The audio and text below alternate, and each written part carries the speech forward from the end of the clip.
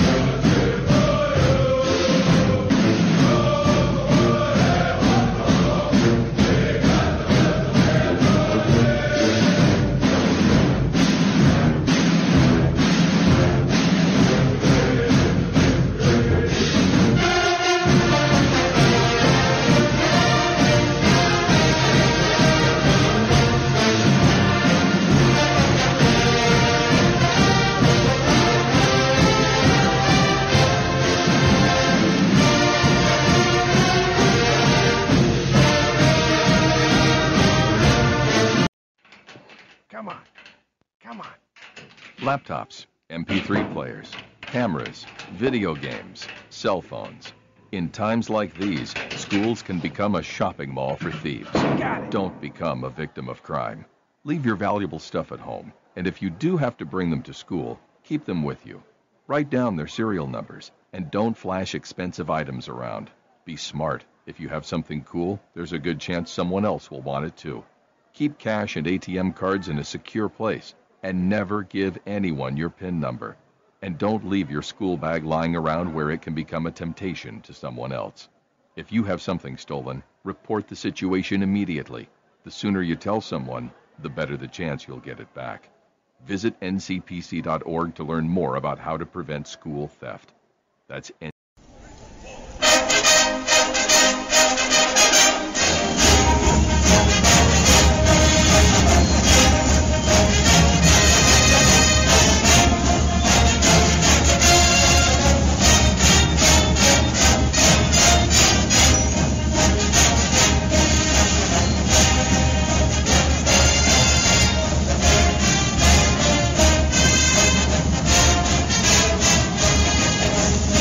Welcome back to this week's edition of the Carlos Brown Show, heard exclusively right here on the Open Mic Broadcast Network and the Spreaker.com.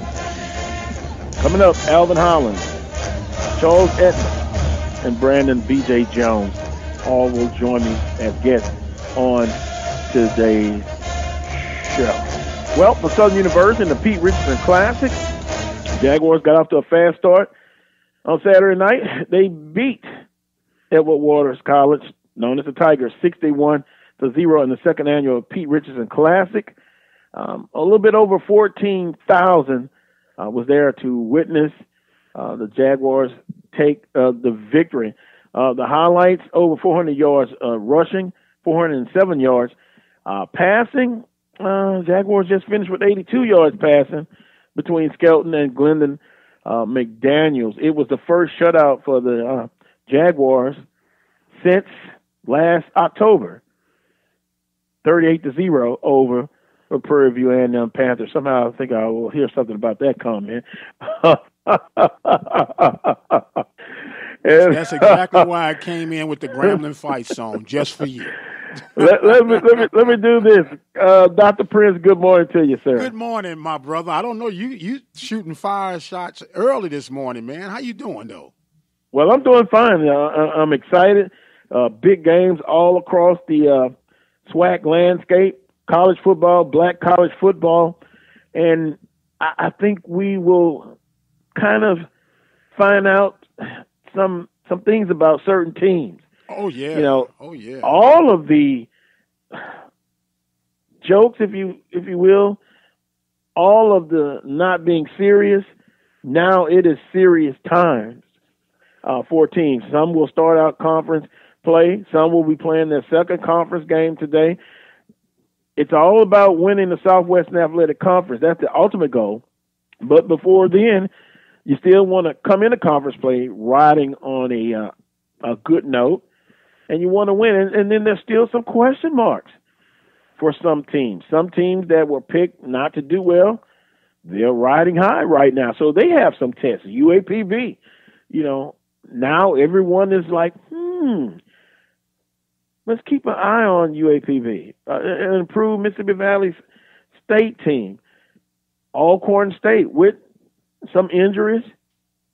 Southern University, in my opinion, can play a lot better offensively. We'll talk a little bit more about that. But some good tests today. Absolutely. And just for the record, we have to give our beloved Tall Man Radio some love and some credit. He was high on Pine Bluff coming into this season. He was extremely high on them. And even though it's still early, they're 2-1, the best start they've had since 2012. So we got to acknowledge that. And Valley have been so close, but we know that close only counts in horseshoes and hand grenades. So we'll see if they can get into that winners column. My beloved Panthers have a huge road test today. And this is just me. I don't have no inside tracks or anything. But I do not believe the hype that Noah Johnson is too injured to play. He will be out there, even if he has to be out there in a wheelchair, to take on the Panthers today at the reservation. So, as you stated, and we cannot forget the lovely orange and green hosting your lovely Columbia blue and gold. Huge game. Well, for the record, Columbia blue and gold looks a lot better than, oh my goodness, the orange and green, unbelievable. But a dedicated fan base, a battle in the stands, a battle of the bands. It's hype. We're gonna get a firsthand account of what's going on in Tallahassee. Now I've heard, and I haven't been able to confirm this, but Jaguar Nation, very clever fan base. I've heard, and just rumor, that they've gotten a hold of 7,000 tickets. Wow! And they are there in droves. I've heard this game with FAMU. I'll say for the record, it needs to be played every year. Now, I'm sure a couple of comments are going to come up about, maybe, well, can you play halfway, which would be halfway between Baton Rouge and Tallahassee, Mobile, Alabama. That conversation was brought up in the past. Home and home, I know Tallahassee and Baton Rouge, the local businesses, they like that home and home. Yes, sir. Because you could take advantage of that. But it is a storied rivalry, and it is, for some, a very bitter rivalry too. And bitter, not in a bad way, although there have been some shenanigans. Are we talking about the sprinkler system again? Yeah, being cut on after a victory at Southern University. But you know what? That's all part of a rivalry. It's supposed to be nasty at times. It's supposed to be fierce.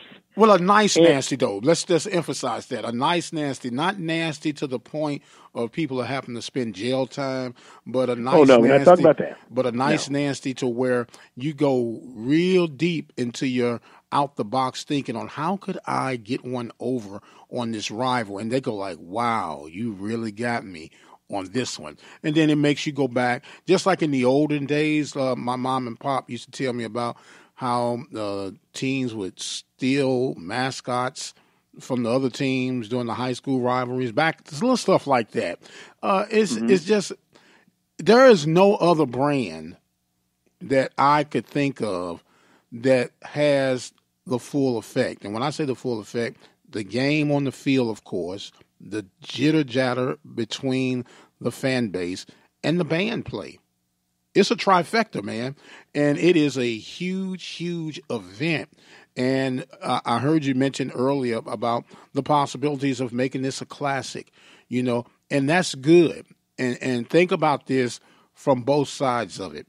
It would be good for the financial stability of both institutions if there is a guaranteed, base, let's say 250 above, that, hey, you guys show up, you got this automatically plus a little percentage of the ticket sales. That's great. But what about the impact, as you just mentioned, on the local businesses when you keep this home and home? You have a greater impact on your community, and you can even, if you maneuver this thing right, have a big residual effect on your local broadcasts, i.e. talk shows, of hosting events leading up to that game. Yeah, so I would say home and home, and I'll ask Alvin from the FAMU perspective.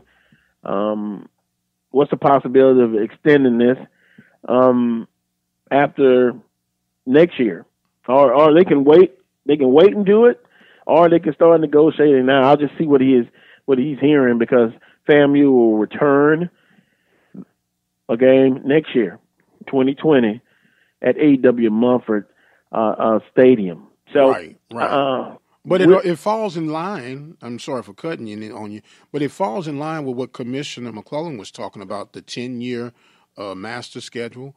Okay, when you can pencil those things out and know these games, and you got premier games like that set up, guess the next thing is start marketing those games, creating themes for those games to be successful. And why not get it out the way and make it. I tell you something that might be good. Y'all might not want to see it, but make that part of your Pete Classic, playing FAMU. Or would there be too much heat for you guys? Not for me. I can't speak for the university, but hey, bring it on. I think the fan base would like to see different competition. Let's just say it. Better competition. FAMU is a much better game than Edward Waters, let's be honest. Unless you're going to invite Winston-Salem State, where Coach Richardson was employed and was the head football coach.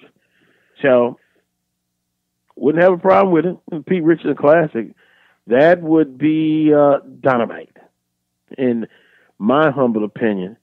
But being dynamite, Southern University last week, 61-0 over Edward Waters. Look, they were expected to win.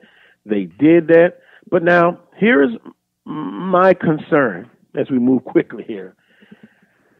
407 yards rushing, but the passing game still needs work. And to me, and I want to see what Skelton and the offensive game plan is going to be today against FAMU. But Skelton, to me, has not improved based on what I've seen so far this season. Not even a little? It looks the same to me. Come on. I mean, you're a hard taskmaster, man. No, I'm not. I'm just telling you. And I believe people will agree with this assessment. I look at the offense, and I understand explosive plays. And this offense to me is built on making explosive plays. But you're not going to be able to do that all the time. And here's what I think is going to happen. Now, this is just my concern. Teams are going to say, okay, we're going to stack the line. We're going to force, let's see if Skelton can beat us with his arm, his decision-making. He's an outstanding athlete. We saw that 2 weeks ago in the first drive against Memphis. They were able to go down the field in the first drive. All I'm saying is this. I want to see improvement. Southern has to become a balanced offense. You thrive on the big play, but can you methodically drive down the field, 10-play drive, eat up some time, give your defense some rest? If you score on a big play, your defense right back out. But what I'm seeing is it's boom or bust. You'll see a lot of 3 and outs. Your defense is back on the field. So that's what I'm looking at. Starting tonight, can this Southern University offense become more balanced? I don't think you're going to be rushing for 400 yards. No. Every week. And that's just my concern. But in all fairness, franchise, this is a concern for me because what's been a ruffle in my feathers has been the SWAC Southland competition. And we say it all the time, we're just as good, if not better, but we don't get the end results of those head-to-head competitions. And I was looking at it and I assessed it. As a whole, I can think of 2 teams right now in the conference that has a flat-out balanced, methodical approach when it comes to offense. I think we're too much finesse in our conference, but I think of Alcorn, number 1, and believe it or not, Alabama A&M as 2 programs that will feed you with the run and the pass. They probably have the 2 most balanced attacks when need to. We're too finesse, and like you say, you get a lot of quick plays. Either you're punting after 3 or 4 plays, or you're scoring in 2 plays. And that's excitement, and people love to hear it, but it wears you out in more than likely in the second half of the games. And as a result, when you look at these games in the head-to-head competition, we lose those games in the second half. Nicholls State ran 77 plays. 55 of those plays were runs. you have to stop the run. That's the first order on defense. And when you're playing with the Southland, and by the way, McNeese, after defeating Alcorn State 17-14, by the way, they didn't give up any points in the second half, but they never led at any point in the ball game. McNeese is what, 14-0 now? Yes, sir, 14-0. Mm-hmm. Lamar's 4-0. And Southern ended up 5-5, I believe, against Northwestern State in a 10-year period, and then they played a couple of times since Coach Odoms has been there. So that was 2 wins. It's something that they got to improve on, and if they want to get at large bid to the FCS playoffs, they're going to have more competition, and they're going to have to start winning, meaning the Southwestern Athletic Conference against non-conference play. But for the rest of the season, pretty much now it's about winning putting yourself in a position to win the conference, get to the SWAC championship, and then going to the Celebration Bowl. That's your ultimate goal. But then also to improve it and win some of these non-conference games. You got 2 SWAC MEAC matchups today, and then you have one more, I believe, SWAC Southland. That's Texas Southern and Houston Baptist, I believe. Yes, that's going to be next week. And I was teasing Coach McKinney. He's our last hope, at least this season, as far as I know, for the SWAC to try to get a win over the Southland Conference. I said, I don't want to put no pressure on you, but the pressure's on. Well, yeah, and forget about last week. My goodness, we're going to talk about that. Wow. Yeah, it was pretty rough. Wow. And we talked to people during the summer, and they basically said, watch out, their sleeper is Texas Southern. But in all fairness, they're still trying to put it together, though, man. You still put it together. It's chemistry. This is his first year. I just said it was going to take a couple of years. But, emotionally, I understand where people are at with that. But at the end of the day, you're building a program. And sometimes it takes time. Everybody's not lucky to come in the first year and just start winning and getting to a championship or winning a championship in year one. So we're going to have some information coming up throughout the show, of course, with SWAC football games in hour number 2. Coming up in a few minutes, I'm going to visit with Alvin Hollins, and we'll talk about the history of this renewed rivalry, the game day atmosphere, of course, the future of the game on a continuous basis, and we'll get all that for you. It's a huge matchup because, truth be told, we were just talking about the SWAC in the Southland, but you could enjoy more success against the Mid-Eastern Athletic Conference. Amen. And by the way, you're looking at some of the games so far this season, even in the MEAC, there have been some blowouts. Playing up, playing FCS members.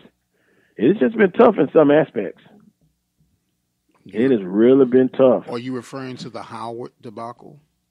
Howard, Morgan State, North Carolina Central has started out rough. It's just been tough for some teams, but the season is long. Hopefully they will be able to produce and get better. And you want to start off fast, but if not, you want to finish strong. Long season. So, with that being said, Alvin Hollins coming up, SWAC football report and Black college football report with Brandon B.J. Jones and Charles Edmond coming up in hour number 2. Also, hopefully I'll be able to give you some more information, some SWAC notes. One being, and we'll touch on it maybe when we get more information, but Melvin Hines is out as the athletic director at the University of Arkansas Pine Bluff, and there are all kinds of speculation. There has been an official statement by the University of Arkansas Pine Bluff, and pretty much they said That's the statement. They're not going to comment on it anymore. But speculation is running rampant about what could it have been. What could have Hines have done to just be removed so quick? So it was a quick move. It was a quick move. Yeah. So as more information comes out, we'll be keeping an eye out, and that was a real stunner for most people. They're wondering what has happened. Hopefully we'll find out more. We're going to take a time out. When we come back, I'll visit with Alvin Hollins, Assistant Sports Information Director at FAMU. He'll join me next. You're listening to the Carlos Brown Show on the Open Mic Broadcast Network and Spreaker.com.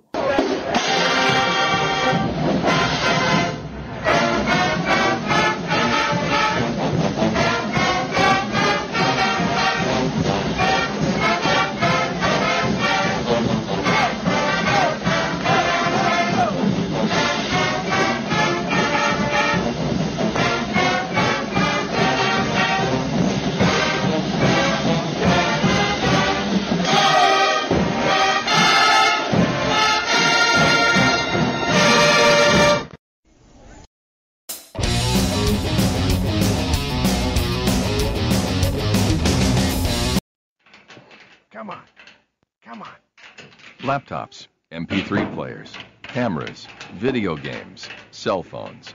In times like these, schools can become a shopping mall for thieves. Don't become a victim of crime. Leave your valuable stuff at home, and if you do have to bring them to school, keep them with you.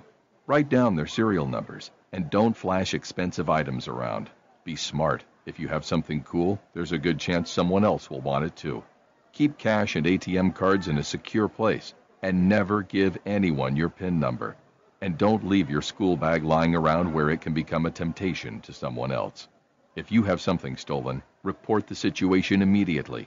The sooner you tell someone, the better the chance you'll get it back. Visit ncpc.org to learn more about how to prevent school theft.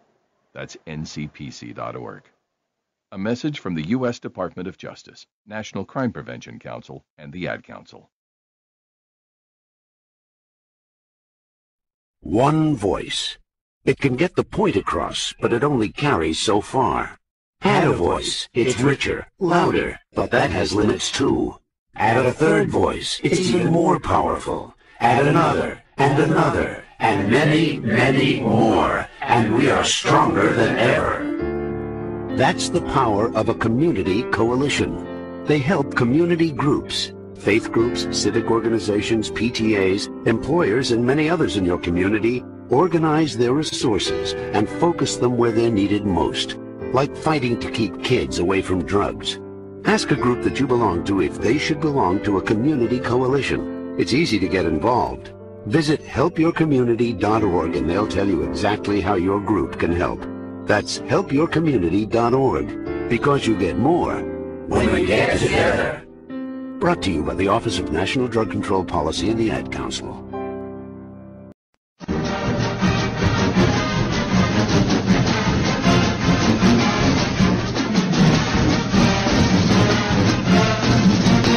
Welcome back to this week's edition of the Carlos Brown Show, heard exclusively right here on the Open Mic Broadcast Network and Spreaker.com. Give me a little variety of fight songs. Grambling State, now Jackson State. Boy, I'm in heaven, I guess. And now I'm going to be joined by, I tell you, a walking historian, a guy that I've had a chance to talk with on several occasions, and I always learn something. Assistant Sports Information Director for FAMU, Baton Rouge native, Alvin Hollins. Alvin, good morning to you, sir. Good morning to you, Carlos. How you doing? Man, I'm doing all right. I get a chance to talk with you on the air, and it feels great. It's been a while, but I appreciate you coming on the show, sir. Well, I mean, it's kind of a momentous occasion, if you could say that, because our two teams are playing once again on the gridiron, and that's always something to be celebrated. Yeah, the renewed rivalry. Alvin, talk about that. It has been a storied rivalry. So many stories you can tell. The orange and green and the Columbia blue and gold meeting in Tallahassee. I think it is just going to be a tremendous atmosphere, and it just feels great to see these two teams getting it on the gridiron once again. Well, I mean, these, if you look at the history of HBCU football, black college football, these are your two heavyweights. This would be equivalent, I guess, to Alabama, Ohio State, or Auburn, Alabama. That type of matchup, especially when you look at the history. Going back to the 40s when the series began, we used to play every year up until 2001. It's hard to believe we played from like 41 until 2001. And then, of course, things, we went different ways for a while. We played a few times in Atlanta. But, we're hopeful that we can extend this 2-year deal beyond. I know Coach Banks wanted to, make it a longer deal, and hopefully we will, eventually agree to do that because this, from the history, you've got two programs that are so similar, not just in football, but in athletics. We've had athletes to go into the different halls of fame, coaches who've done the same thing, and athletes who've gone on to perform on the highest levels, in Major League Baseball, NBA, NFL. I mean, you name it. I think we've had it all. I mean, we just recently celebrated Althea Gibson's being recognized at the U.S. Open in New York. And, a lot of people didn't realize, a lot of people outside of HBCU realm didn't realize that she had graduated from Florida A&M, back in 1953. So she was a trailblazer for Serena and Venus and Arthur Ashe back in the 50s when blacks couldn't play on tennis courts.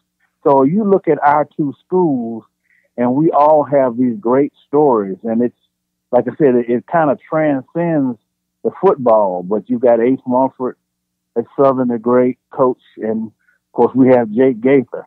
So, and those matchups in the 40s and the 50s and early 60s were really, they were heavyweight matches being played during the regular season. And I think for both of us, our programs were, sort of light years ahead of everybody else, with the exception of Jackson or Tennessee or Grambling. So when you had the opportunity to go head up against, someone like a Southern, that's why the fan interest is so much stronger in these matchups, because they knew that this was going to be a 60-minute ball game. Yeah. 33, 26, and 1. They've met 60 times. And, of course, FAMU has the lead there. Last time they played 21-14, 2012 at the Atlanta Georgia Dome in the Bank America Football Classic. So, if you break down a lot of the games, a lot of them were, less than 7 points, a lot of close games. This rivalry, it needs to continue. And as you stated, I hope they're able to iron out a deal where you don't have to worry about it for 4, 5, 6, 8 years. Well, certainly, because I think the interest is there, and then if you throw in obviously the fan bases. I mean, you've got two of the most rabid fan bases in all of college football. I mean, we could talk about LSU or somebody that's programs who travel. Our fans travel. I know the people who organize the Celebration Bowl and the MEAC SWAC Challenge would think they had died and gone to heaven if they could get the two of us in either one of those games, especially the Celebration Bowl, because you got fans who are just that diehard, and then to go up against an old rival, then you throw in, the jukebox and the 100, and you literally do have a match, made in heaven, because you're just not going to get that kind of concentration of talent. In fact, I would almost argue this is the premier matchup in HBCU football. I don't think you're going to get, anybody draw, two teams that are going to draw that well as we're capable of drawing, just because of the history and because of the fervor of the fans. And to piggyback on what you're saying, I've had a couple of instances to be in Bragg Stadium back in the day, and then you remember these two guys, Coach Pete Richardson and Coach Joe. Billy Joe. Oh yeah. If I didn't know any better, I would say they really liked to compete against each other. I remember Southern coming in there like ranked third and 1AA at the time, and it was a humbling experience, to say the least. FAMU was ready. And back to what you said about the fan base, they're a lot alike. Oh, no question about it. I mean, because, these programs have the level of success that they've had has spoiled these fans. So they're used to, that's why they have little patience for teams going, 6-5 and 5-6 and stuff, because they're used to national championships. I mean, in a way, outside of Grambling, we're the closest thing people are going to get to when you want to compare Alabama, Clemson, Ohio State, the upper echelon of the realm that we play in, because consistently, we've won championships. You talk about Pete Richardson. I argued that if he had had an opportunity to take some of those teams he had, like with Randall and all those in the 90s, when we were having those toe-to-toe matches in Atlanta and then those shootouts, on the Bayou, if he'd been able to take some of his teams to the 1AA playoffs, because back in those days, the playing field was a lot more level, I think, than it is now. North Dakota State just dominates our division now, but I think most folks, that really care about the championships, a lot of them have moved up or moved out. So, but I think I would like to, if we could go back in time, I would have loved to have seen what some of those teams would have done, against some crossover competition, because I think it might have been a chance we could have played for the national championship, and wouldn't that have been something? But nonetheless, I think we both have so much to be proud of in terms of our history, and that's why matchups like this against a like team or program, draw so much more interest. Well, and now if we transition to today, Coach Willie Simmons, of course, knows Coach Odoms well. Coach Simmons at Prairie View A&M as the head football coach, and then before then an assistant at Alcorn State. So both coaches kind of know each other. What has the atmosphere been like this week, the last couple of days, and today? What are you seeing as far as the game day atmosphere? Well, I mean, there are a lot of folks. I stopped in the store on the way to the office, and a couple of ladies behind the counter said, "I think FAMU's having homecoming this week." Because that's the atmosphere, that's the feeling that you get about this game. And when it comes to people requesting credentials, I mean, I said I haven't had this kind of intensity for people wanting to cover this game except either homecoming or the Florida Classic. Because you're talking about the band. People want to cover the bands, obviously. That's a big part of it. I mean, that, it's crazy to think. We understand it because it's part of our culture, but for many people, that's just as big a part of the matchup. But the last week or so, I mean, it was almost to a point to where you were afraid that people, players might overlook Fort Valley. That Fort Valley could be a trap game, because people are looking forward to Southern. But most of the guys on our team weren't on the team when we played Southern before. And since we haven't been playing every year, I don't think people really, other than folks who are veterans, really understand the flavor and the nature of the series. So I don't think there was ever going to be an issue of a letdown, for Fort Valley. But certainly, everybody's up for this one because it's our last non-conference game. And, and I think same thing for Southern. So you're both looking for momentum going into conference play. And and given how this game has always seemed to given us a great kickstart into the rest of our schedule, whether it's playoffs or the rest of the season, we're hoping to get that same kind of boost tonight, and I'm sure Southern is looking for the same. A sellout is being predicted. We'll probably be close. I think there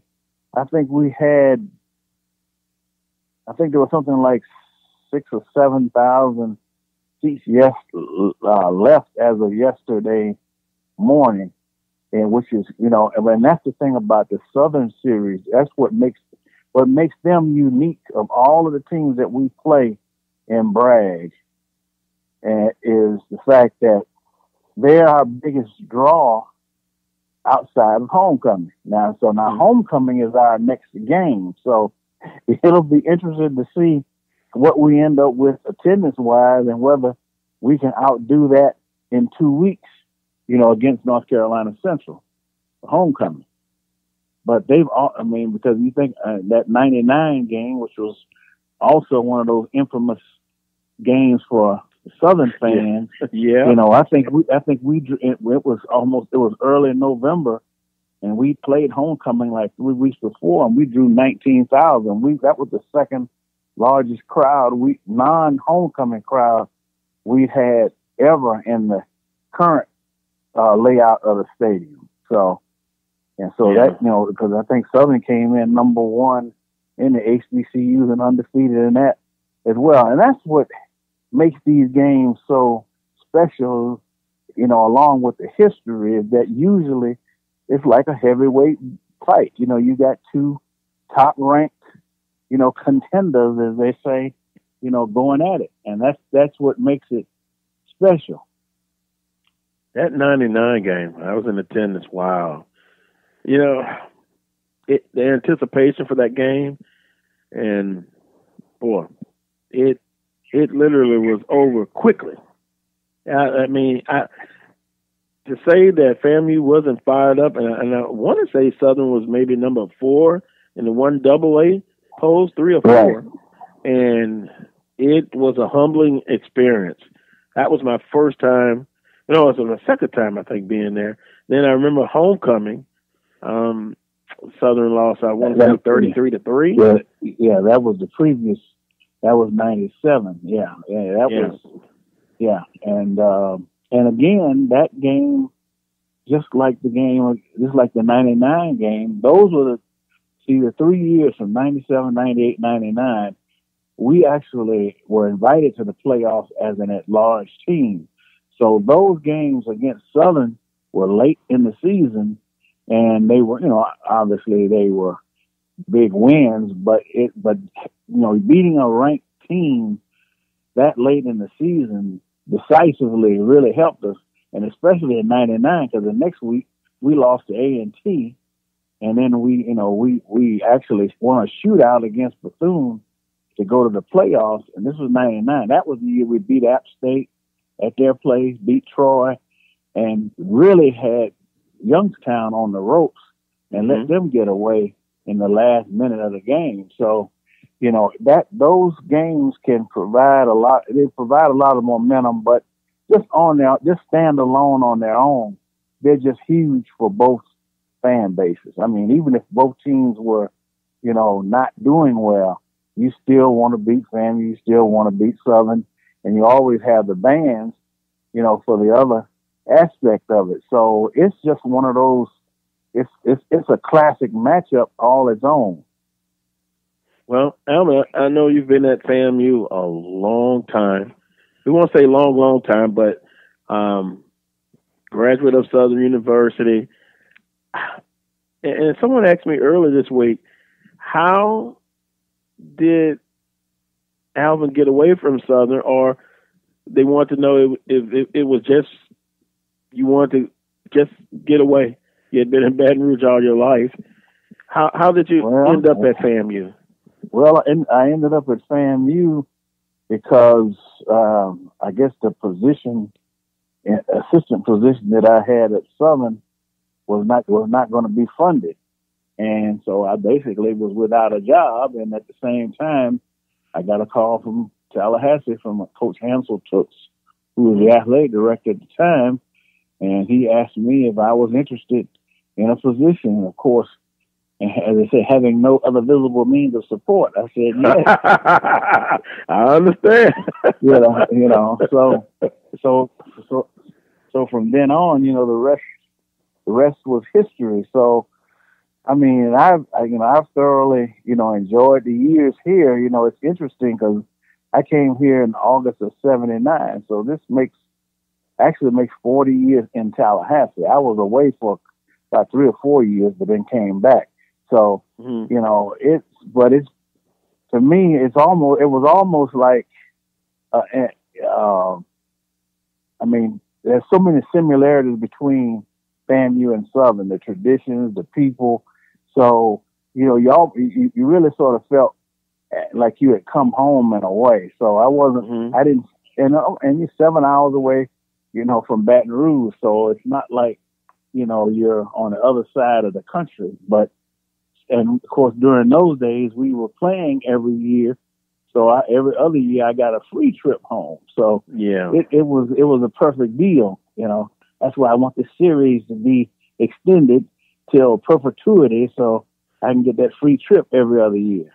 Yeah, because it's no place like home. I understand, and then there's home away from home. But does Alvin sometimes his mind wonders, what if, or you don't really think about that? I don't think about it much now. I mean, you always, when the first few years I was here, I thought more about it then because, I hadn't really kind of gotten established here. And then there's always that possibility of being able to go back. But, things never really panned out that way because like I've told people all the time, athletic directors, they decide, just like Coach Tooks asked me to come, they decide who they want. And just because I was considered popular in some precincts in Baton Rouge, that necessarily means, I was going to be universally loved. So that's how it works. There's a lot of politics involved, but, the fact that you get a chance to come home every other year and renew friendships and whatnot, that kind of took a little of the edge off of it. But I didn't think too much about it after a few years. Well, you've done an outstanding job.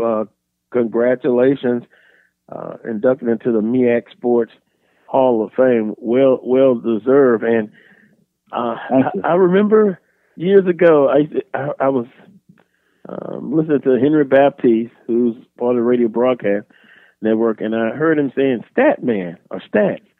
And listening a little bit more, he was referring to you, and just what you've done and what you've meant to college sports. You are a treasure. I'll say that. Always professional, but also always humbled, and congratulations on that. Well, I appreciate it. It was kind of a surprise.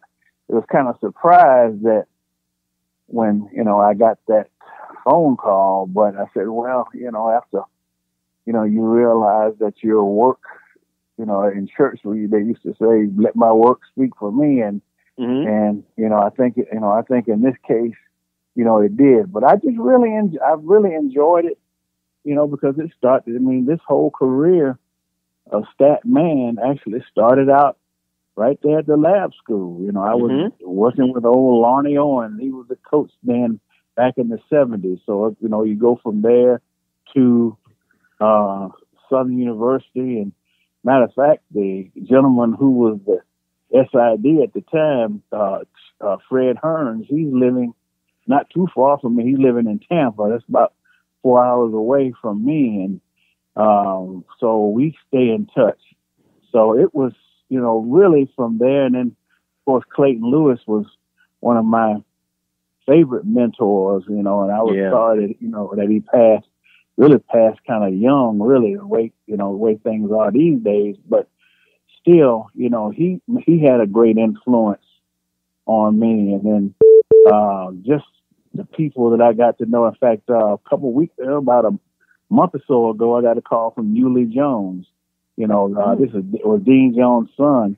Yeah. And he sent me some photos of his dad when his dad, Dean Jones, was actually the dean of men at FAMU in the 1940s. And he was also our men's basketball coach. So he sent me some pictures of his dad. I said, wow, so that's the thing about HBCUs.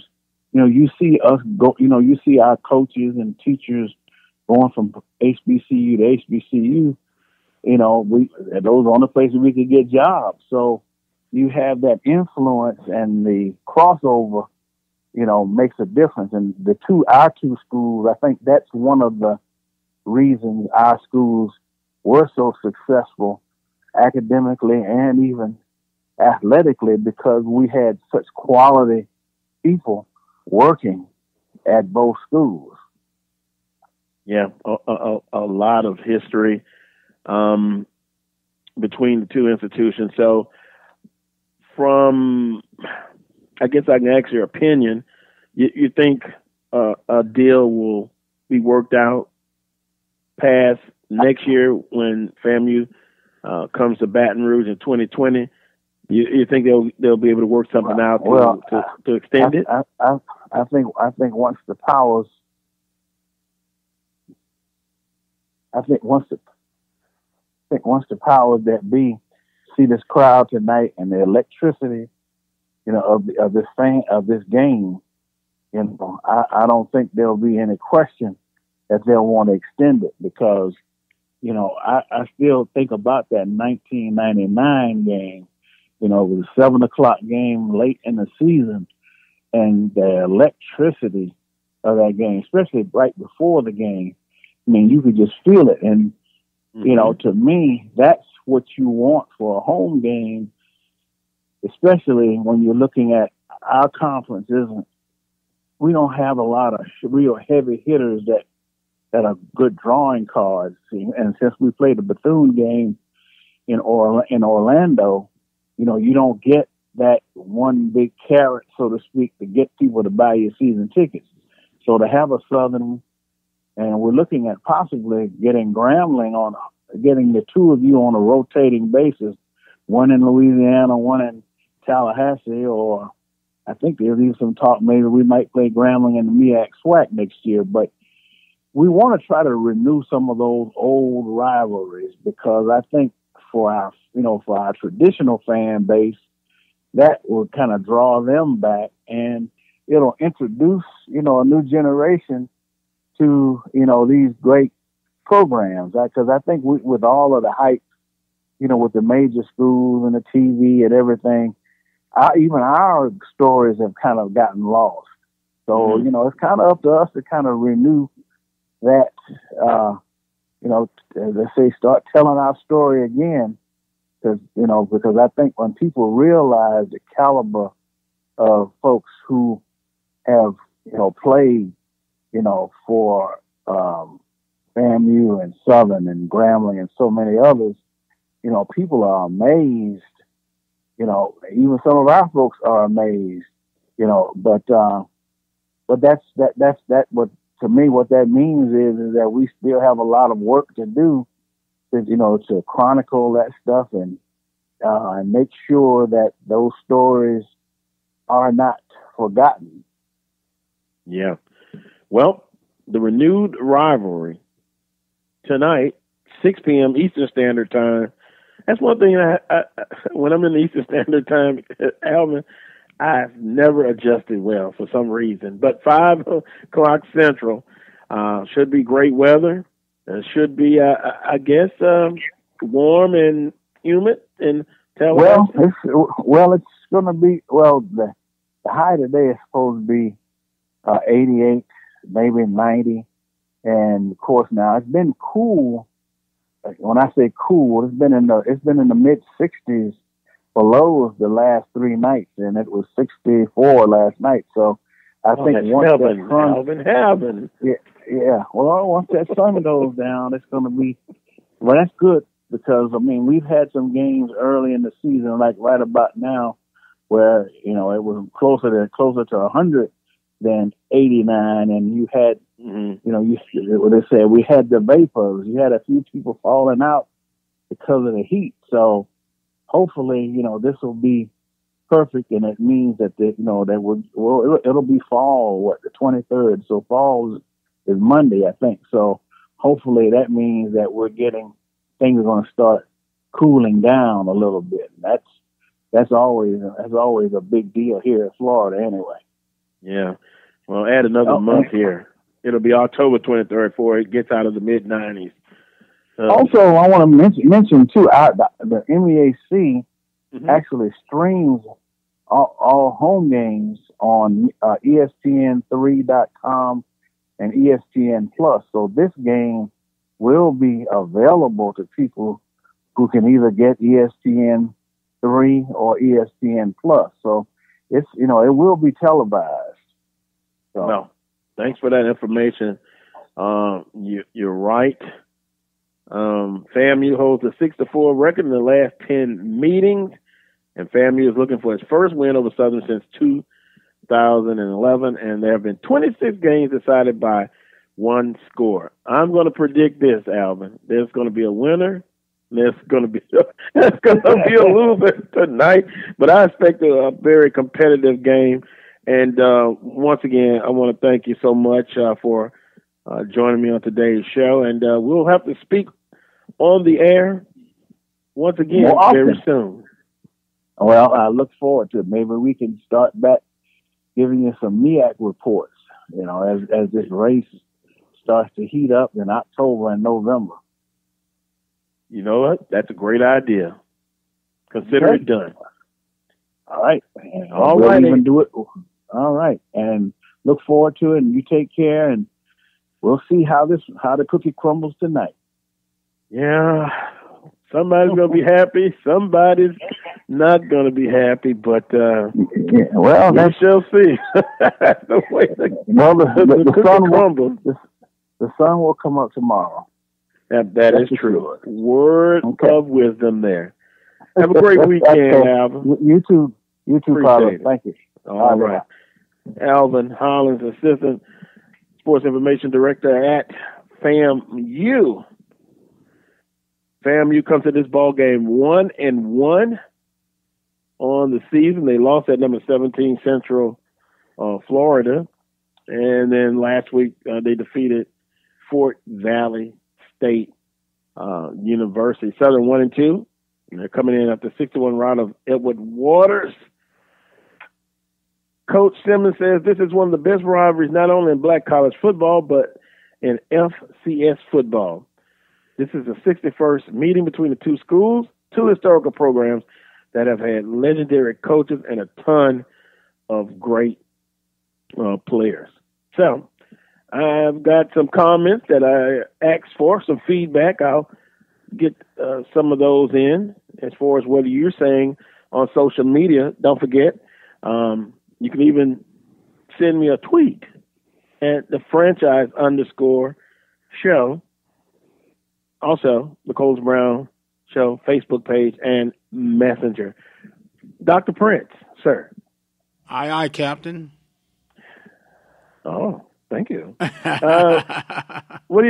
What were your thoughts on Alvin Hollins? Awesome interview, very cerebral, and I was honored to be on the receiving end of the wisdom, the knowledge, the passion, the information, and just putting things in perspective on just how important not only HBCU sports are, but sports in general. And when we understand that there is a time and season for everything, Brother Alvin was just the epitome of exactly that. Awesome job, sir. Job well done. Yeah, well, thank you. I always say I can do better, but I appreciate the comments. But guess what's coming up now? Hour number 2. We're going to take a short break. I haven't forgotten. It is some huge matchups in the conference. For once, it feels nice not to hear, what is that saying? Who wants that smoke? Alcorn State and Prairie View. Dr. Prince, you're going to tell me after this game how you're going to feel. Prairie View, injuries, Alcorn, we'll find out the latest from Charles Edmond. UAPB, will they get more believers? They go to Tennessee State. Valley has an opportunity to really throw a haymaker. Bethune-Cookman. Grambling State looking to get their first victory. Nobody's talking about Grambling. Yeah, and I know some people are going to disagree with this, but they scare me. Well, they've been improving, brother. They've been improving slowly but surely. I got a chance to watch them play Louisiana Tech. I was very, very impressed with the progression of Hickbottom, especially in that second half. And I may mention this week, man, they've been quiet. And it's going to be a huge, as they say, pendulum swing after they play Alabama State today. It's just where G Nation is. Interesting. We'll get ready to talk about all of that. Coming up next, after this quick timeout, we'll talk with Charles Edmond of the Alcorn State Radio Network. You know, he wasn't very outgoing with information this week. I think he's going to say he was busy. Is that the old? Let's you know, sometimes when you don't say anything, and I still think Alcorn's a formidable opponent. Dr. Prince, get on the phone and call somebody. Irving still will have to stop the run, and this may be even more important now if you know you're playing a backup quarterback. You're going to get a dose of run right, run left, and run middle. But we'll talk about it. We'll take a timeout. You're listening to the Carlos Brown Show on the Open Mic Broadcast Network and Spreaker.com. I'll be right back. The voice of student athletics, the Open Mic Broadcast Network. Are you one of the many Americans that deal with the effects of diabetes? Diva Skin Conditioner could be the remedy that you need. Diva Skin Conditioner is a formulation that was designed with you in mind. Diva Skin Conditioner comes with a money-back guarantee. That's how confident they are in their product. For more information, visit divafeet.com. That's D-I-V-A-H, feet.com. Or you can speak with a representative by dialing 903-270-0026.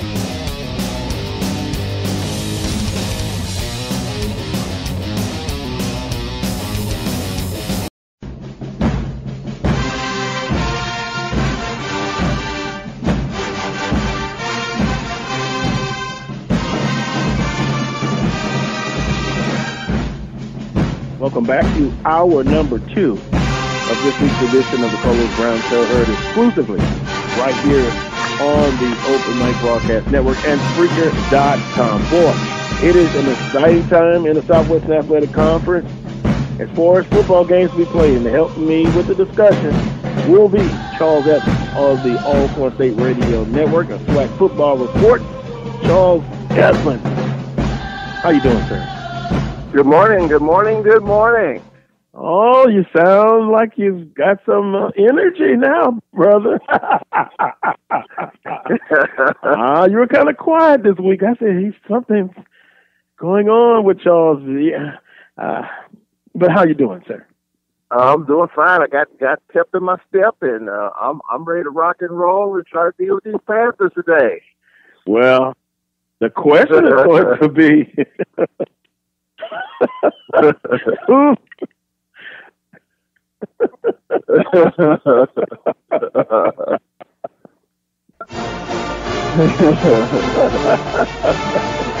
That was just for you, Brother Charles. I love you, man. War Panthers. Well, I'm also happy because my St. Louis Cardinals are still away from winning the Central Division. So amen to that one, brother. Wait a minute. So my Cubs have faltered again, huh? Yeah, they have. Proud me to say they have. Yeah. I'm gonna have to fly up to Chicago.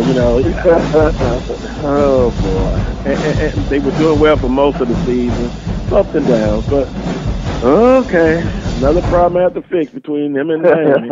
I'll be a busy man this year.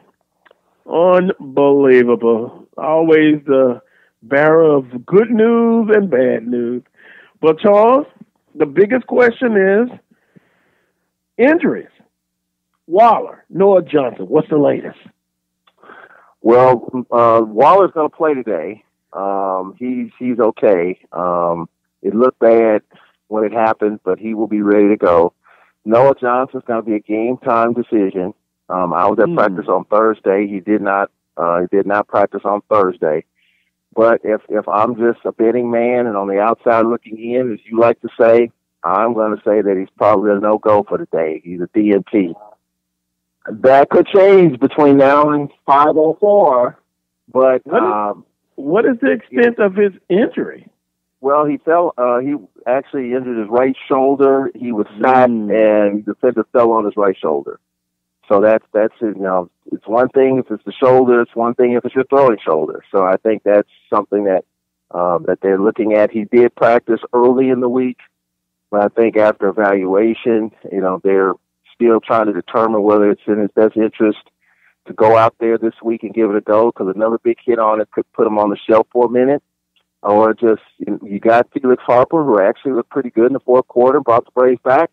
So it's a game time decision, but according to Coach McMahon, we'll talk a little bit more on the pregame show. If I'm going to just take a guess, I'm going to say he's probably a no-go for today.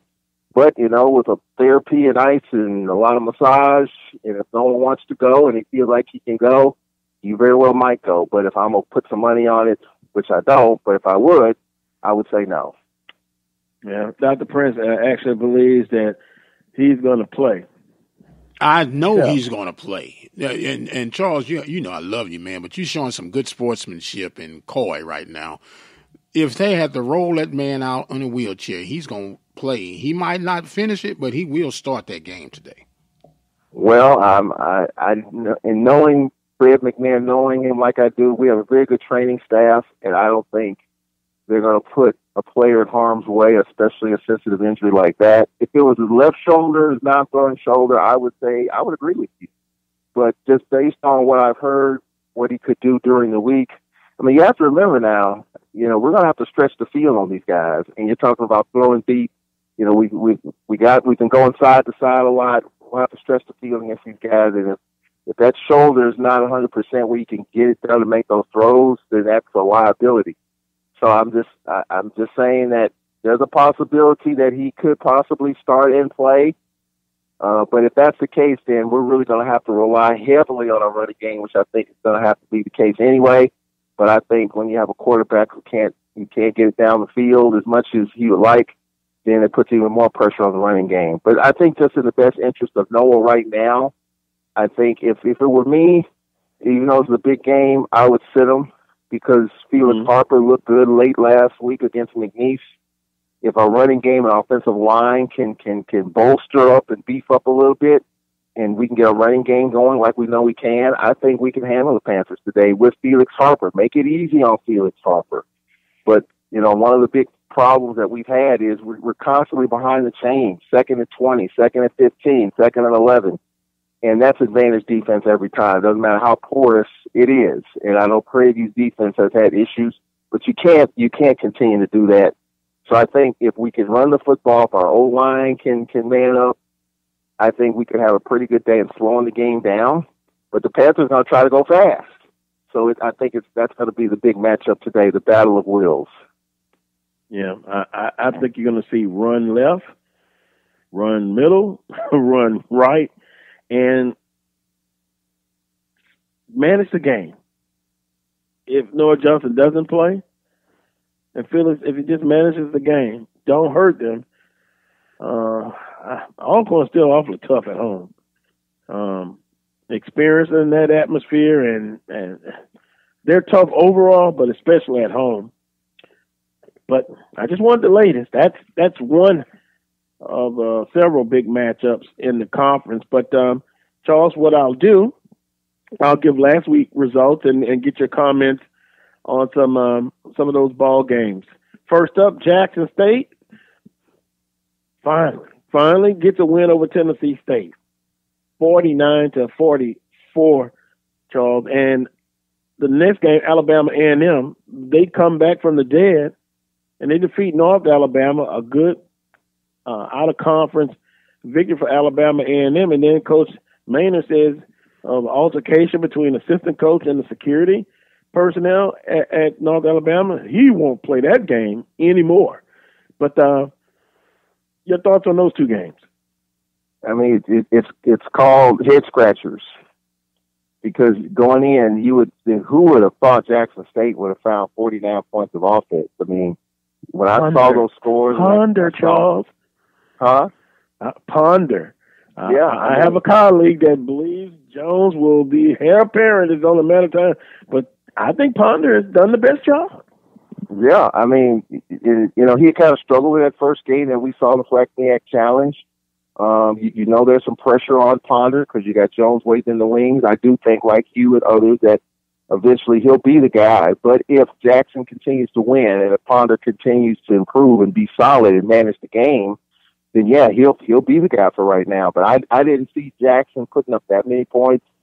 I thought the defense would kind of hold Tennessee State in check, but for JSU to find that kind of offense, hey, that's an eye opener. Albeit Tennessee State's had their issues with their quarterback being suspended and other stuff. And then Alabama A&M, I mean, that's a Jekyll and Hyde team. I mean, they look pretty good against Morehouse. Anytime he scored in the final 9 seconds of football, beat anybody. Doesn't matter who you play. I think that's exciting. And they don't get it done against UAPB, then they go on the road and win against North Alabama. So you don't know which A&M team's going to show up. So, I mean, just kind of head scratchers through those first two games, but I think it just adds to the excitement of what we could be seeing as we really dig into the meat of the SWAC schedule. Nicholls State, 29 points in the third quarter. They defeat Prairie View A&M 42-35. McNeese State over Alcorn State 17-14. Southern University over Edward Waters. There wasn't any holy water in Edward Waters' game, but they'll be competitive in their conference. They really will be. Arkansas Pine Bluff over Langston 53-15. I was kind of shocked by that score. Langston team that's been pretty tough in NAIA, but Pine Bluff making a lot of believers out of football fans so far. Louisiana, ULL, 77, Texas Southern 6.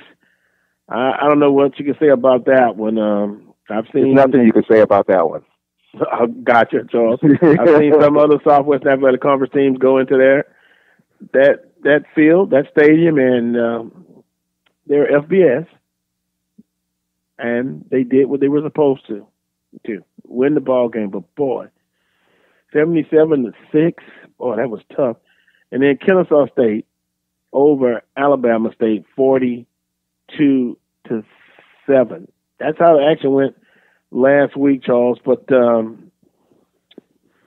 Alcorn didn't give any points up in the second half, but a rough first half. And then Pine Bluff, they're just rolling. They're rolling, and today they have a benchmark test against Tennessee State.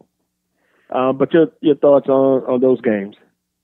Those games are not a surprise. I mean, even UAPB, beating Langston at home. I mean, and I think that's a program that, on the Western side, nobody's really talking about. But Cedric Thomas is quietly building something over there, and nobody's paying attention to him. And I think for Cedric Thomas, he'll take that. You have to earn your stripes, and these last couple of weeks, his team is scoring a ton of points. That's scary, considering you have a defensive-minded coach in Cedric Thomas. He's a defensive guy, by the way, and you have an offense that's scoring a ton of points. That's kind of against the trend of what we see. You see offensive coordinators like Dooley become head coaches, and they kind of resemble what they are, offensive-minded teams. But Cedric Thomas's team scoring a ton of points, and he's a defensive type coach. So that's kind of a different dynamic from the offensive side of the ball, I bet. Yeah, and that could, for Southern, for Grambling, for Texas Southern, for Prairie View, I'm sure that's going to catch a lot of people's attention on that Western side. If UAPB can continue to do what they're doing, that makes the West even more intriguing, to say the least.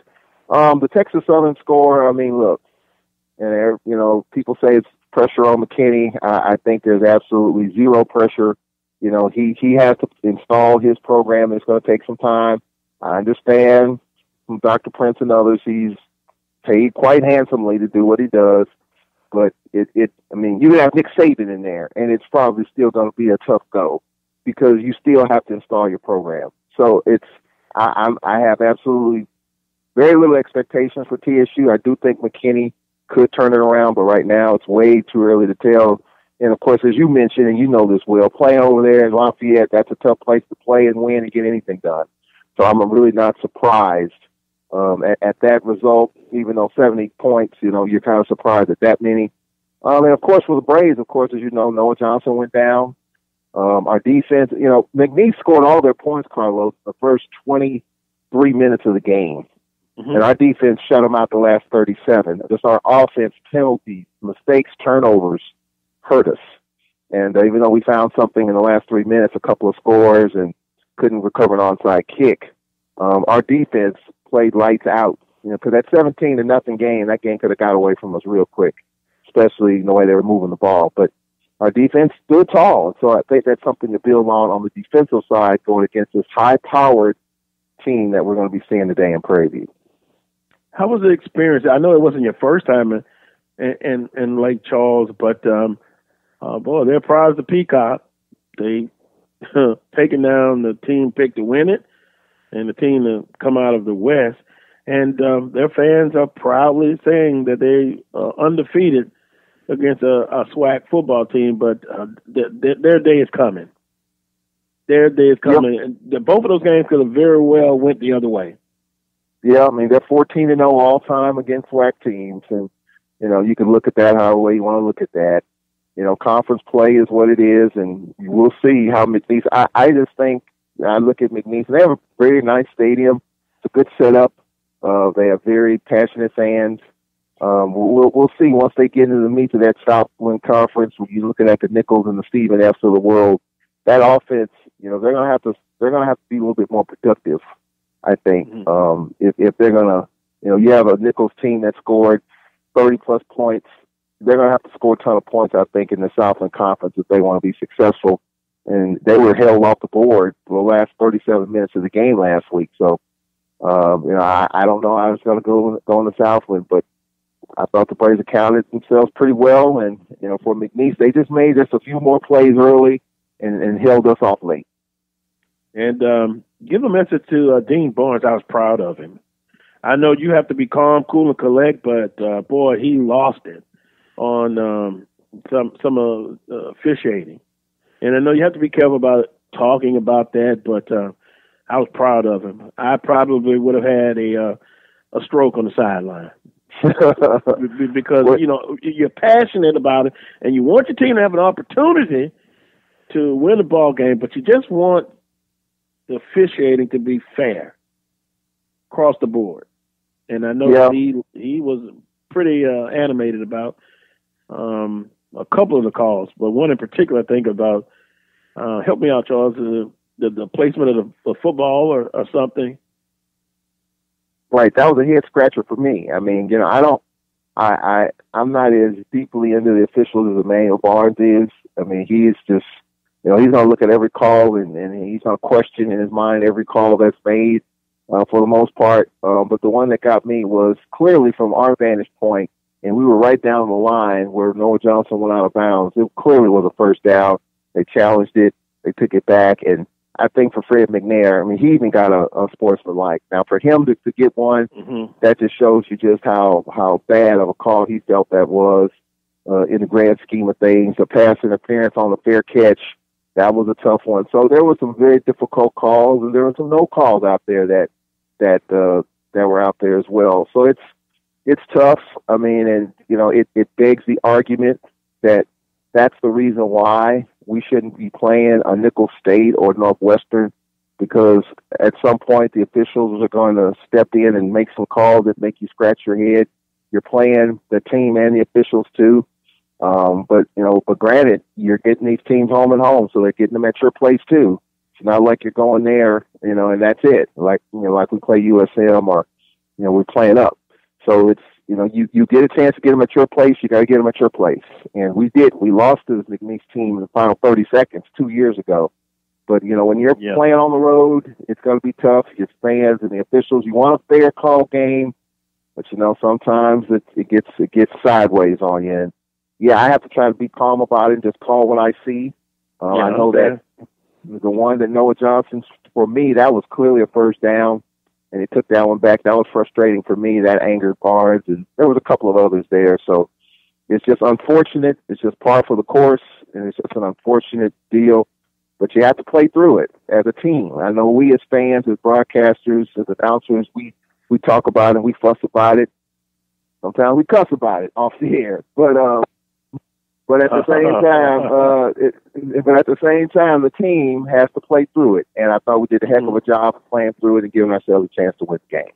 Well, McNair stood up for his team, and that's ultimately what you have to do as a coach. And hats off to him. And I want to say I read where you guys have agreed to play McNeese again in a 2-year series. I thought I saw that. Derek Horn, our athletic director, was in our booth throughout the game, and someone asked, well, we're going to be playing this team again, and he said, not in the near future. Yeah, I thought I had read. Maybe it was Tulane. I know that you guys have going to play Tulane, but I don't know. I thought I saw maybe they were talking about it, doing it. I'm not sure. Yeah, I think with the way the schedule is now with these 8 games, now you can kind of see the clear schedule. But he did indicate to me that not in the near term we're going to be playing McNeese now. Okay. 3, 4, 5 years down the road, maybe a home. It'll be a home and home. I don't think there's any way you're going to play McNeese at their place and them not returning the game. So I think it'll be a home and home, but the next 2-3 years probably not. Yeah, I thought I saw something like 2024. I thought I saw the article, but they did announce about playing Tulane.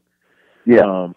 And by the way, they had a huge victory over the U of H. If you didn't see that game, crazy, unbelievable. All right, September 21st, schedule for today, and we have not had any predictions, but let's see if we can do some on this week's schedule. Alabama A&M at Samford. Samford scores a ton of points. Alabama A&M can be very good offensively. Defensively, they're missing in action sometimes. Who do you like, Charles, in this one? Alabama A&M at Samford. You know what? I think Alabama A&M. I think this is one of those games in which a lot of people are not giving them a chance. They're playing them right there in Birmingham. I mean, an hour and a half trip. I'm sure that's a small stadium there. I think A&M fans will show. And I think A&M, I mean, and I've been wrong about A&M all year. You think they show up, they don't. You don't think they don't show up, they do. I think this is one of those games that they'll show up. I think this is one of those games in which people are going to say, you know what? You know, you got it done against North Alabama. Now let's see what happens here. And I think Alabama A&M steps it up. I think it'll be a close game. I'm actually going to go kind of against the grain a little bit. I'm going to go with Alabama A&M in this one. This one might surprise a bunch of people, but right now I'm riding the A&M wave for right now. Next week it might change, but I think that was a good win by them. I think they add on to that momentum. Again, when you don't give them a chance, that's when they seem to step up, and this is one of those games. That's dangerous there. Which team will show up? I think defensively, which defense plays the best? Samford, explosive team offense, Alabama A&M. I'm going to take Samford, the home team, and if it's a high-scoring game, a tremendously high-scoring game, in favor of Samford. If it's not as a high-scoring game, Alabama A&M has a shot, but they always have a shot offensively. Which defense steps it up today? I'm going to take Samford. Grambling State, probably one of the better 0-2 teams in the country, at Alabama State. What say you, Charles, on this one? You know, this one, and I think you have to take these two games out, the Tech and ULM, even though Grambling had a chance against La Tech, played better against La Tech than they did against ULM. Alabama State, you know, we talked about it in preseason, how their schedule the first 5 weeks was just brutal. Kennesaw State and playing Tuskegee and UAB. Grambling's my alma mater. I love them. I love what Coach Fobbs is doing. But Alabama State is at home. I think it's going to be a high-scoring game, and I think Alabama State's going to get it.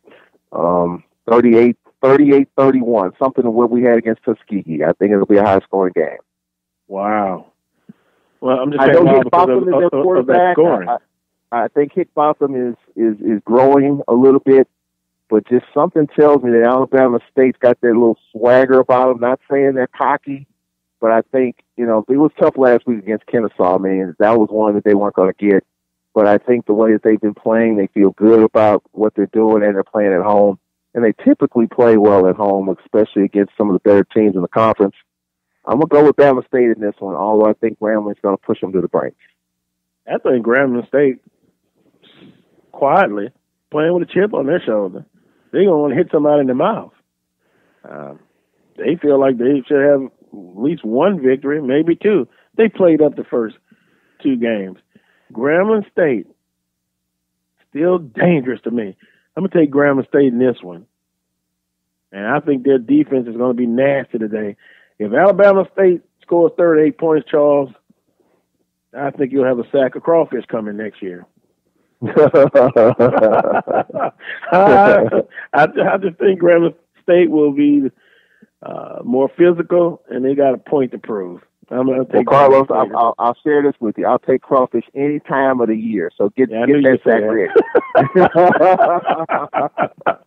I knew you would say that. Absolutely. For a review at Alcorn State, we want to get your thoughts. We'll include Dr. Prince on this one. Prairie View at Alcorn State. I'll start first here. Prairie View A&M, number 1 offense in the conference. Alcorn State, number 1 defensive team. Something has to give. Noah Johnson, I really wouldn't play him unless he can go and be productive. If he's not, he's going to end up hurting the team out there. Alcorn State at home, they're tough. They're a physical ball club and defensively number 1 in the conference. The question is, can Alcorn State's defense handle Prairie View A&M high-scoring offense? Special teams play. Can Alcorn State get off to a quick start? will we just see a plethora of running by Alcorn State? Those are just some of my questions. At the end of the day, I think Alcorn State slows this ball game down and they pound them. And Prairie View defensively, they have some challenges. They're number one against the sack. Number one as far as producing sacks.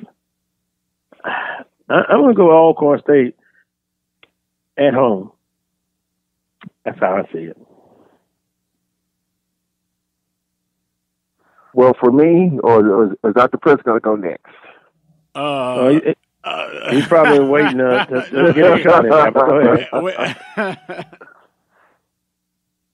You want me to go, Brother Tall Man Radio? I'll go. Yeah. I'll go. This was the only game that I had Prairie View losing in my mid-July, August projections.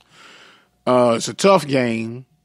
I am going to always pull for my Panthers, but the logical man in me sees that Alcorn will find a way to win this game. To me, I think this is just a matter of styles of play and styles of preferred play, because Alcorn likes to run. They're physical up front.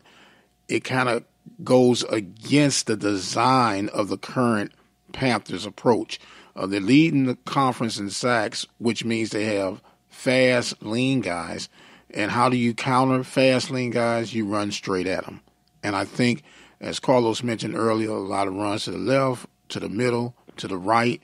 I still say that Noah's going to play, but he won't have to throw as much because of the design of Alcorn's attack. Eat up as much clock as you can and pound that ball, wear them down, and you limit your or limit your mistakes. And I think it's going to be a low-scoring game. I want PV to win, but I think Alcorn will find a way to get it done. For me, I'm using the NBA analogy. I was thinking about it the other day. This game's going to feature the Golden State Warriors versus the San Antonio Spurs.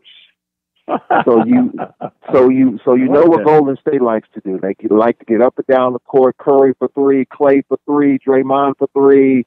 I mean, putting on a show.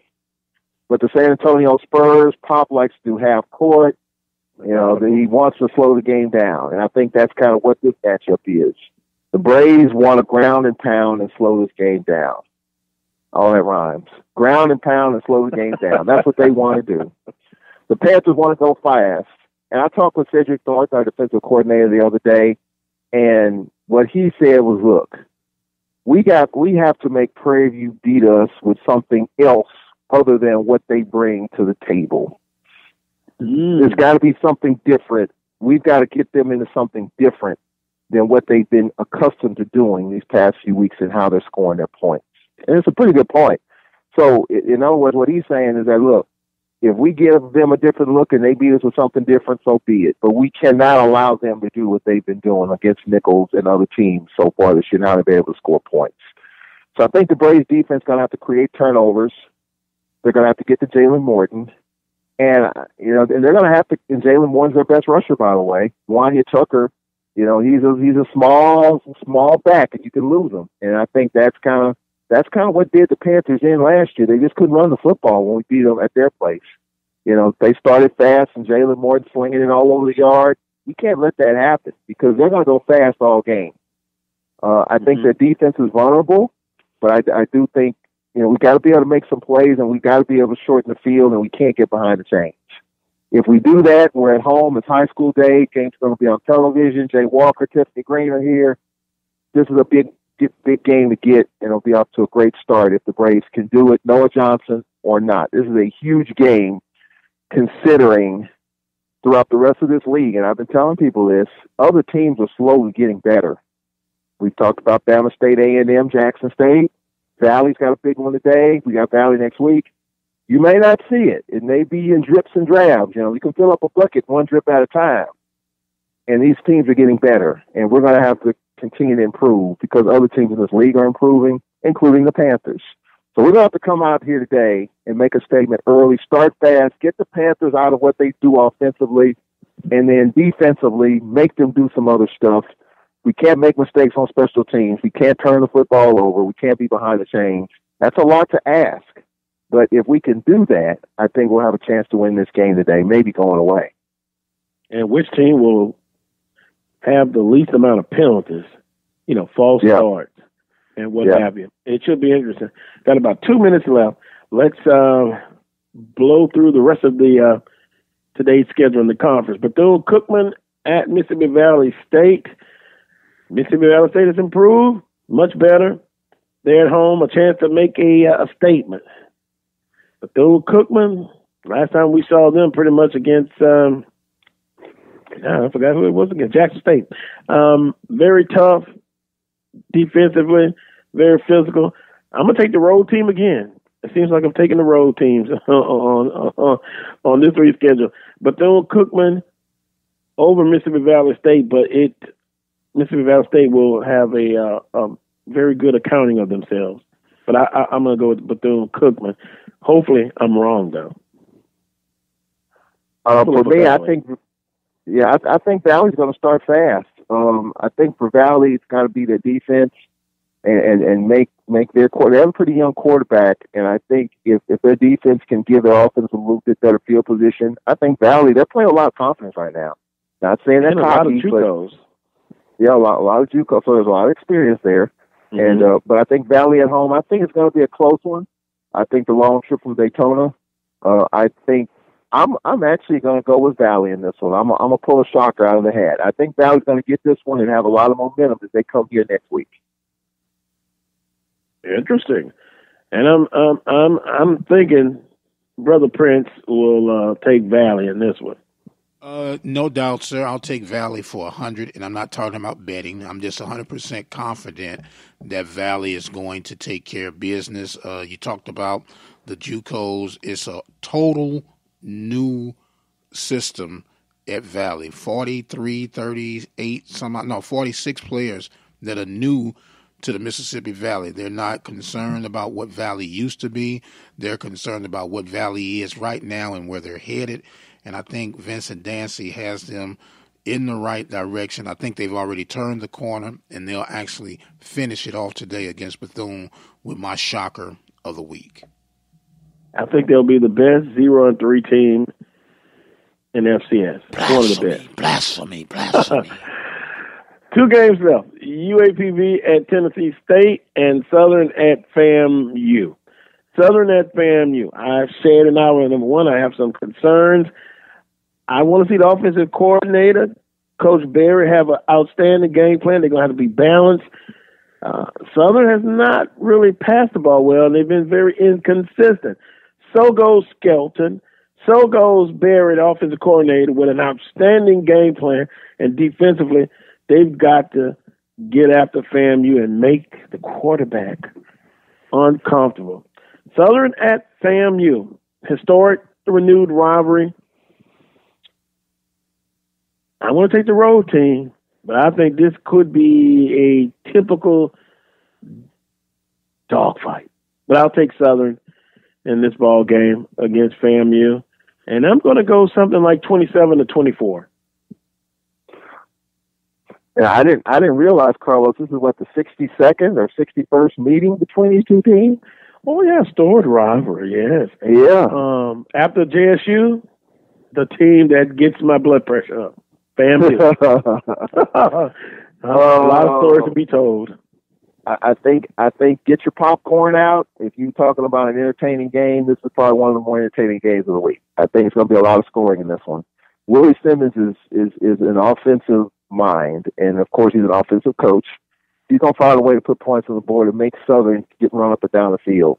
Like you talked about, Skelton's kind of, it's been kind of up and down. He's still a work in progress, and I hate to hear that because what we saw the flag championship game last year, you thought he might have turned the corner, but it's still a work in progress. Southern's offense better bring it because Willie Simmons is going to find a way to put a bunch of points on the board, wear down Southern's defense, and he might take one out of the Alcorn playbook and try to run the football. And we'll see if Southern's D can stop that. I think it'll be a high-scoring game. I think Southern will get back on track offensively. I'm going to say 31-27 I'm going to go with Southern in this one. And good thing FAMU's running game has been not too good so far. But again, they played up. Southern's played up. They both played up from teams in the same conference. Wow, this is a true test. Yes. Another test for Southern against McNeese, and now FAMU. Dr. Prince? Well, I'm torn, man. I'm so torn on this one. FAMU just added a PV living legend in that likes of KJ Black, who's now the quarterback coach at FAMU. Mm-hmm. Willie Simmons coached at Prairie View. But I am a SWAC guy. And I am going, I got to make a choice. I'm going to roll with the Columbia Blue and Gold. I expect a great game, but if I have to make a choice, I'm going to stick with my SWAC love and say, go Jags. And that's my final answer. And last but not least, UAPB at Tennessee State. UAPB has been impressive, to say the least. They can score the best. Defensively, it seems like they have improved. I still want to see more. And this week is where I can see more. Tennessee State has really struggled so far. I'm going to go with the road team again, UAPB. They'll go in, but if they score 50 or 60 points, well, they just gave up 49 at Jackson State. I'll take UAPB in this one against Tennessee State. I think we'll see whether or not these last two wins were a fluke or not. Tennessee State, they're having a down year for obvious reasons. Their starting quarterback was suspended. I know that's kind of old news now, but that's huge. It's been a tough year for quarterbacks already, whether it's NFL or college, but their quarterback suspended.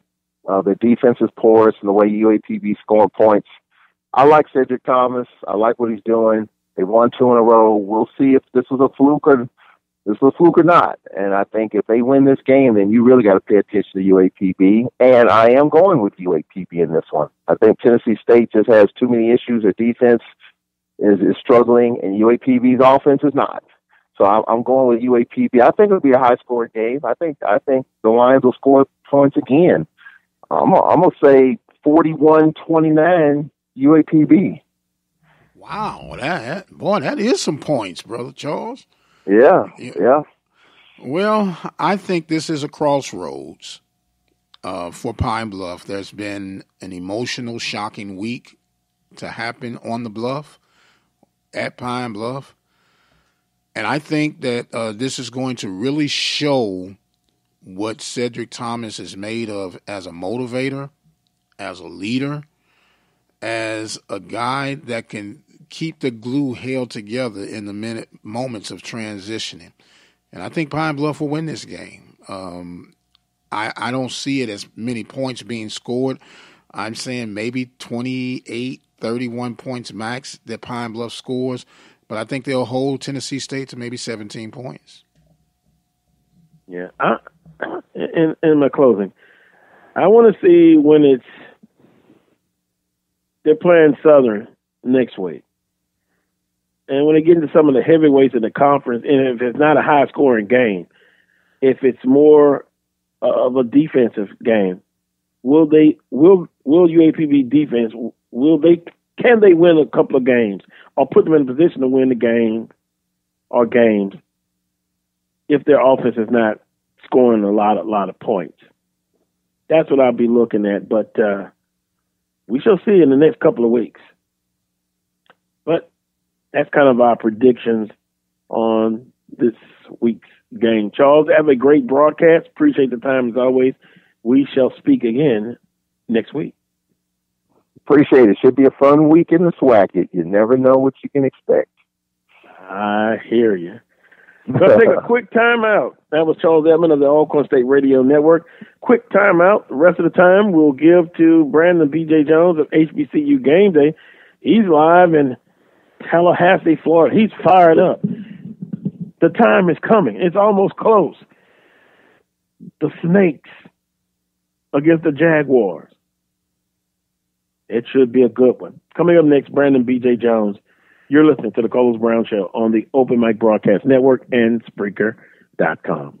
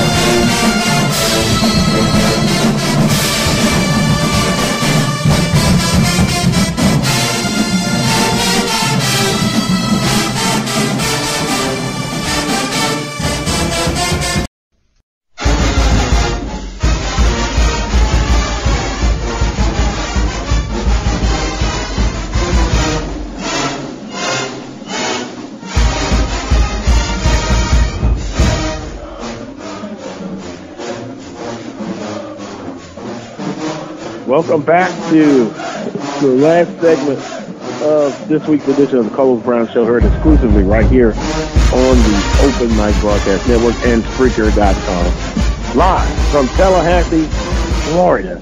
Brandon, B.J. Jones of HBCU Game Day. B.J., good morning, sir. Oh, good afternoon in your case. Yeah, man, good afternoon. How's it going, man? I'm ready for some action. Southern FAMU.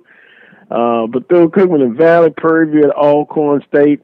A chance for some teams to make some statements on today's schedule. Oh, yeah, man, absolutely. I think that we'll have I think the picture will start clearing up after today. Mm-hmm. I would agree. So, experience in Tallahassee. It's not your first time there, right, Brandon? No, not my first time. Haven't been down here in a while. I will say this. I was in the hotel today and got stopped by a guy from Florida State, and he was just amazed at the blue and gold that he saw. He's seen in Tallahassee since yesterday. Mm-hmm.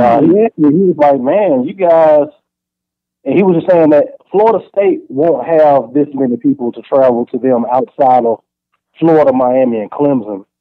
So he was impressed that a school from the FCS level would have blue and gold littered all across Tallahassee. In other words, a presence by the Jaguar Nation is what you're saying. Absolutely. Wow. Yeah, I've been there a few times years ago, but it was a humbling experience. But even during that time, the Jaguar Nation was in force. One year, when I was there, a Southern band performed at halftime, and when they got back in the stands, their seats were gone. I remember that. I remember meeting Tom Joyner for the first time. Southern lost that one. It was FAMU's homecoming. Oh, boy. And then 99, that was just a humbling experience. But that was then. This is now. BJ, your early look. What has to happen for Southern University in this game to be successful? Yeah, that defense has to live up to its billing. You talk about that defense that Southern University has.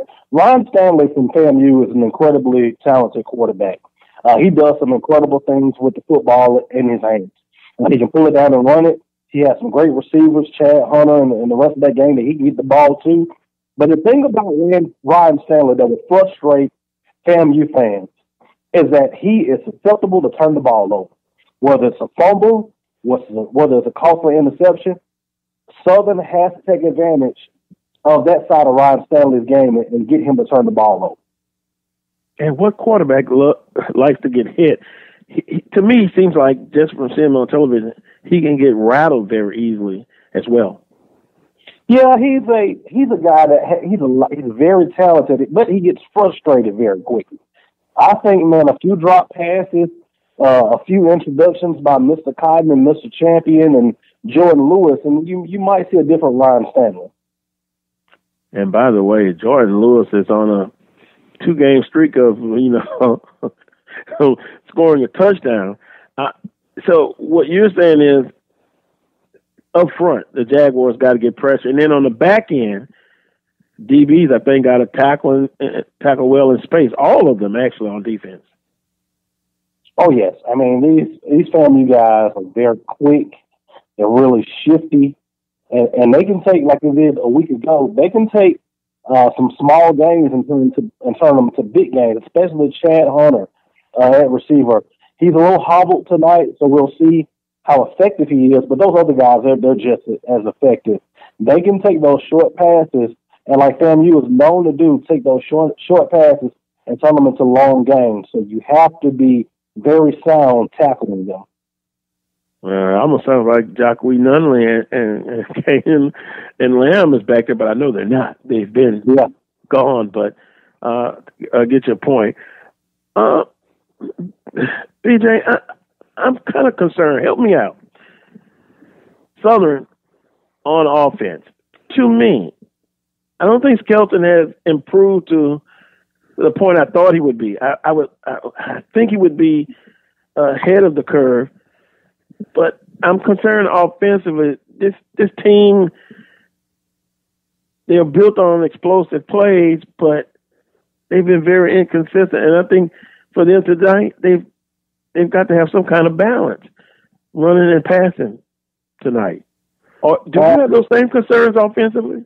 I agree, because I think if you can't pass the ball consistently, what teams are ultimately going to do is load the box. Mm-hmm. They're going to challenge the quarterback to beat them. And if you're not doing that consistently and effectively, it's going to be very hard for you to move the football just being one-dimensional. See, and I thought I'd say, well, I want to be fair in my observation, but and then I'm trying to understand what Coach Berry and the offense coordinator, what they're trying to accomplish. Tonight, I would love to see a 10-play 75 or 70-yard drive, eat up 4 or 5 minutes of the clock. But I don't think their offense is built for that. It's explosive plays, big plays. They remind me of the Jackson State offense of the 90s. Yeah, it exactly. I think tonight what I really want to see is Ladarius Skelton excelling in the pass game. We know that games are like this are when the lights turn on for Ladarius Skelton. This is when he's at his best. Let's see if he plays at his best tonight on the big stage down here in Tallahassee. Yeah, because, I mean, they've had success against McNeese throwing the long ball, but basically I'm saying take what the defense gives you. And you're absolutely right. That's the way I would scheme Southern. Beat me with your arm and decision-making. And if you can do that, I'll live with it. I don't think they're going to let his athleticism, and by the way, he may break off an 80-yard run tonight. I'll be standing up clapping. But I just want to see more the offensively. Well, let's move quickly. Another big game, Alcorn State and Prairie View. I know if you could divide yourself, you'd be in both places, Alcorn and Tallahassee. Your thoughts on Alcorn State and Prairie View? Man, if you're Dr. Mike Prince, man, Prairie View has an opportunity to play a role of the firefighters tonight. They can put out all the smoke tonight. I mean, Noah Johnson is not 100%. Preach, young man. Noah Johnson is now, he's not 100%. Deshaun Wall is not 100%. You catch this Alcorn team not exactly moving, at 100% on the offensive side of the ball. This is an opportunity for Prairie View. Now, I will say that that Alcorn State defense is as good as advertised. This is going to be a test to see if Prairie View can move the football against that Alcorn State defense. The test is going to really come for Prairie View on the defensive side of the ball. Can you stop that running game? Because Alcorn, they're going to run it. And it doesn't matter if you stop them in the first quarter. They're going to run it in the second, third, and fourth also. They're going to test your manhood. And we always talk about Prairie View, if there's an area of opportunity, it's them up front. On the offensive defensive line, they're going to get challenged on both tonight. Yeah, number one defense in the conference, Alcorn State. It's a matchup. Number one offense against number one defense. Defense wins championships. And playing on the reservation, they should be fired up. Any other games in the conference, or should we move quickly to the MEAC? Any games that stand out for you? Kind of looking at how Mississippi Valley fares against Bethune-Cookman. I think that'll give us kind of an idea of who this Valley team really is. And you got Arkansas Pine Bluff that's going to be making a visit to Tennessee State. This gives Arkansas Pine Bluff to make a statement again. So I'm going to be looking at those two games as well. In the Mid-Eastern Athletic Conference, any games stand out? Yeah, I mean, there's a few games in the MEAC that I'm going to be paying attention to. The biggest one in the MEAC outside of Florida and Southern is going to be Howard and Delaware State. Howard has started off rough. Man, they're 0-3. Delaware State's 1-1. Delaware State is actually a 3-point favorite against Howard at home. Wow. Yeah. Whoa. So can Coach Prince at Howard, can he get them back to their winning ways? Because right now, man, it looks bad in D.C. Things are looking bad when you're a 3-point underdog to Delaware State. Wow, they might need Michael Prince to help out with coaching in that one. All I'm going to do is run left, run right, run up the middle, and play some aggressive defense. That's my game plan. Yeah, defense wins championships, as they say. Finally, your top 5 in black college football. Oh, okay. No problem. We'll go to the top 5. And quickly, in the MEAC right now, Morgan State is tied with Army in the second quarter. Whoa, go Morgan State Bears. Oh, yeah. So my top 5 in the 5 spot, I have the Golden Lions of Arkansas Pine Bluff. In the 4th spot, right now, I have Bethune-Cookman. In the 3 spot, I have South Carolina State. In the 2 spot, right now, I got South Carolina State in the 2 spot. I actually bumped up Bethune-Cookman, and then, of course, North Carolina A&T is in the 1 spot. So Alcorn is gone? I got Alcorn out right now. Alcorn and Southern. Interesting. But they'll have an opportunity to get back in. Just week 4, you'll get the opportunity to play yourself back in. Well, on that note, we appreciate the time as always. Next week, we'll have some more conversation about what happened this week, for next week, and I'll get your input and thoughts on it. You be safe and watch out for those orange and green colors. Wow, get the shades on if you need them. Oh boy, those are some interesting colors. They're loud. Oh yeah, they are loud. I mean, I ran by Walmart earlier this morning, and a guy let me know that to not to take the beat down tonight personally, and I just that's him. Mm-hmm. Yeah, and I just simply smiled on him. I said, "Man, we'll see you tonight." There you go. Maybe one day I'll share the story of being in the restaurant and being surrounded by snakes. And they have that rattle too, boy. But you know what? It's a passionate, renewed rivalry, and you have to appreciate that. And you call it for what it is: 2 outstanding football programs, schools, athletic departments, albeit you have some ups and downs, but it's good to have them back on the gridiron once again. Be safe in your travels, BJ. We'll talk with you next week. All right, Carlos, man. Have a good one. All right. Brandon B.J. Jones of HBCU Game Day. I want to thank Alvin Hollins, a guest as well, and Charles Edmond and Dr. Michael Prince for all of his help as well. Make sure you tune in next Saturday at 10 a.m. for another edition of the Carlos Brown Show, heard exclusively right here on the Open Mic Broadcast Network and Spreaker.com, excuse me. Until that time, peace and God bless.